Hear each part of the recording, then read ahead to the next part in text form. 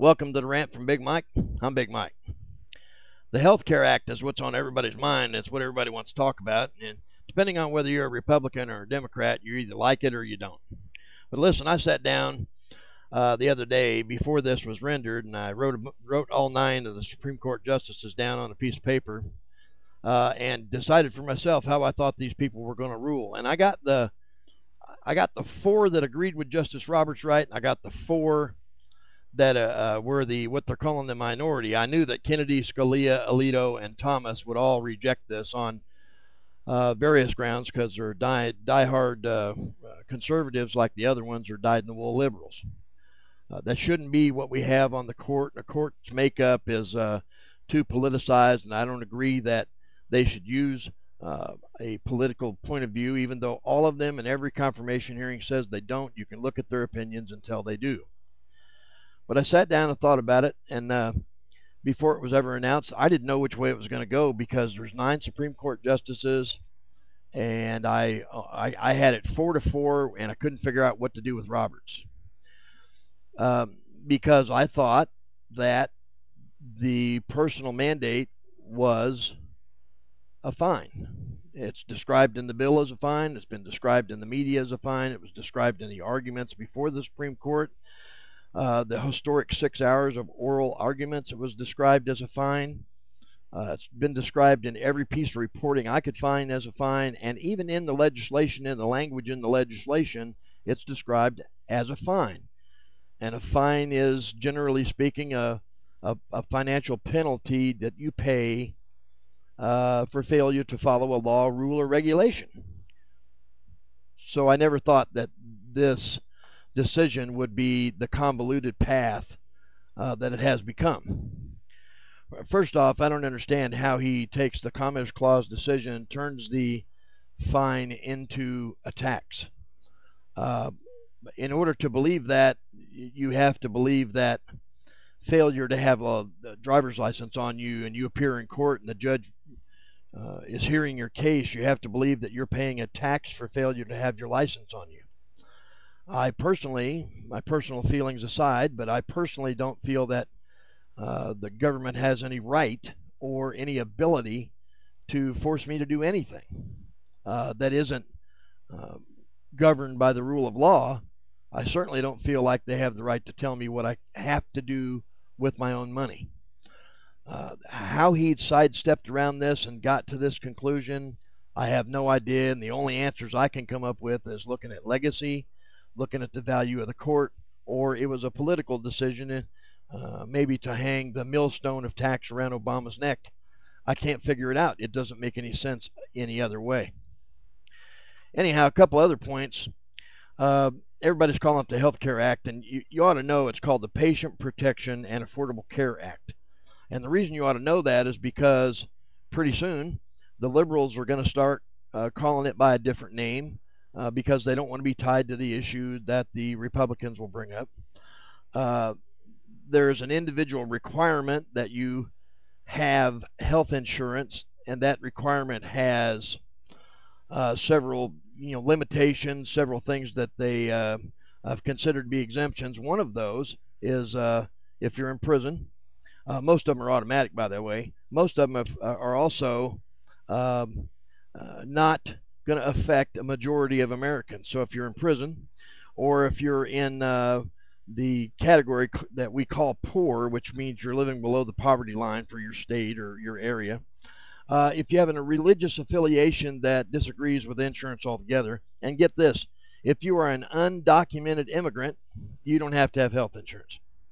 See, the things that we're arguing about are goofy. We're arguing that 2% of the people or 3% of the people that this healthcare law even applies to are going to be fined for it. Because who would be fined? People that can afford insurance and don't have it. So this picture they paint of, the working class mother of 5 who has a job at McDonald's and makes $7 an hour that is now going to have to pay a $2,000 fine. It's an outright lie. It's not even the way the law is worded. I went and looked it up. It's crazy.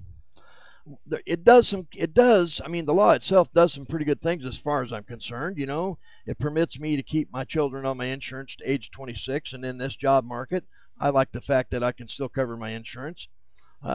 Fix the job market. You fix that, but it's still crazy. You can't get a job, so you can't have insurance, and then according to whoever you believe, then you would pay a fine because you didn't have a job. It's just not how it works.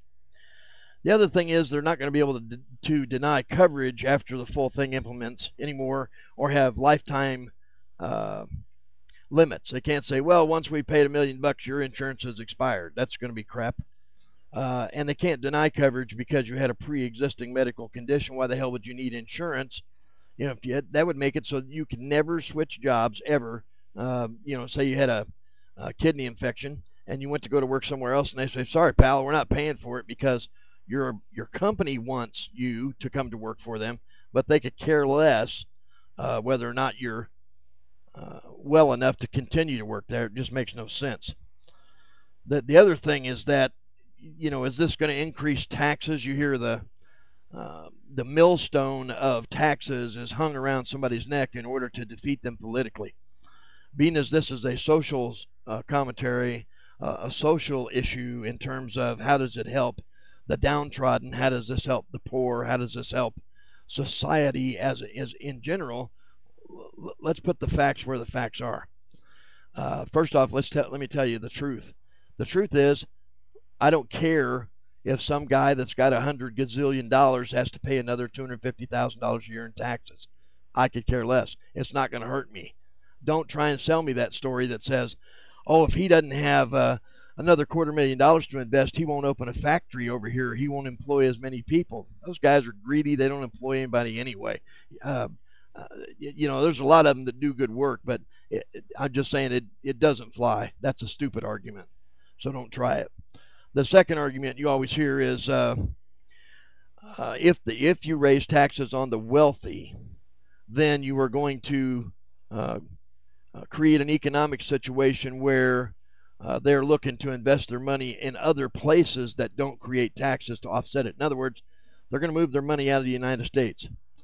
Hello, we have more outstanding debt out of the United States now than we do in the United States, and it's irrelevant. It's already here. You're making an argument that already exists. It's like saying right now, today, it's like saying if we don't take care of Hitler, then World War II is going to happen. It's already happened, folks. It's already happened. So the fact that the earners over $250,000 a year may end up paying taxes on things. For example, this is one of the taxes that would increase on them. If they sold a secondary home that was worth more than $500,000, the profit over $500,000 would be taxable. I could care less. Good. Great. Make them write another $10,000 check. What's your point? It's a bunch of crap. Why do you guys keep telling us, stuff that just isn't true? It's not going to cost me $1. It's not going to cost you $1. You already have half of our society doesn't pay taxes altogether. Half of our society lives in an underground economy.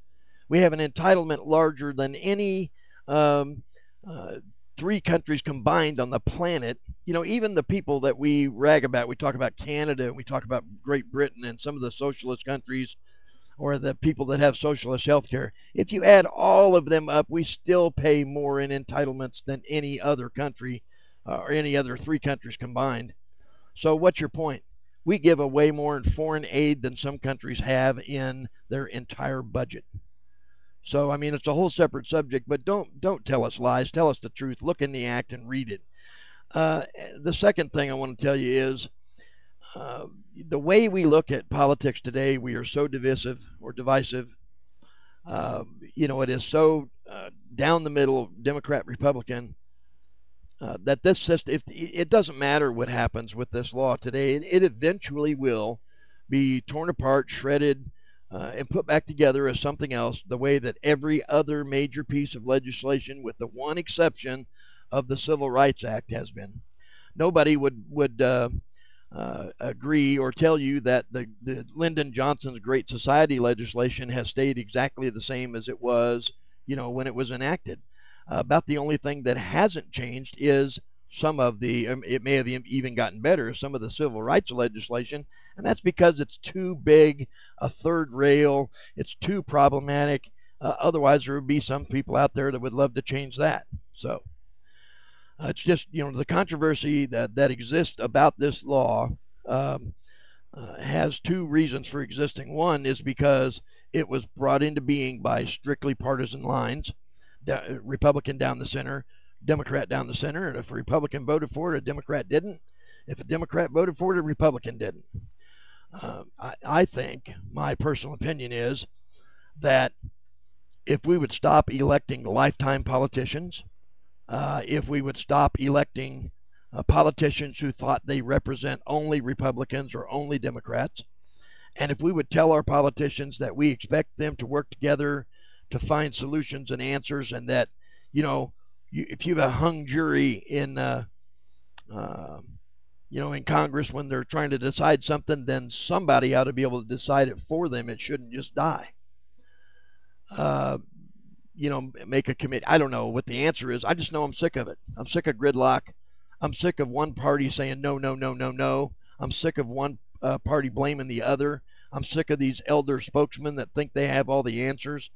I'm sick of the stupidity of Harry Reid and Nancy Pelosi, and I tell you the truth, Mitch McConnell and a couple of those other guys. I'm sick of the stupidity.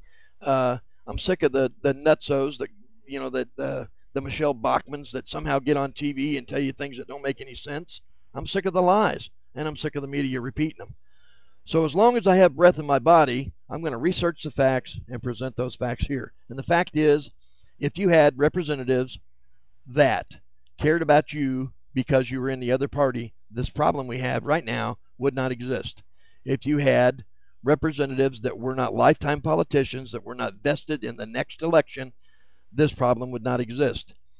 If you had politicians that understood their job was to represent the entire country and all citizens, this problem would not exist. We do not, and it does. Our politicians do not understand why they're there, and come November, we need to tell them. Thanks for listening or watching. This is Big Mike. I'm out of here.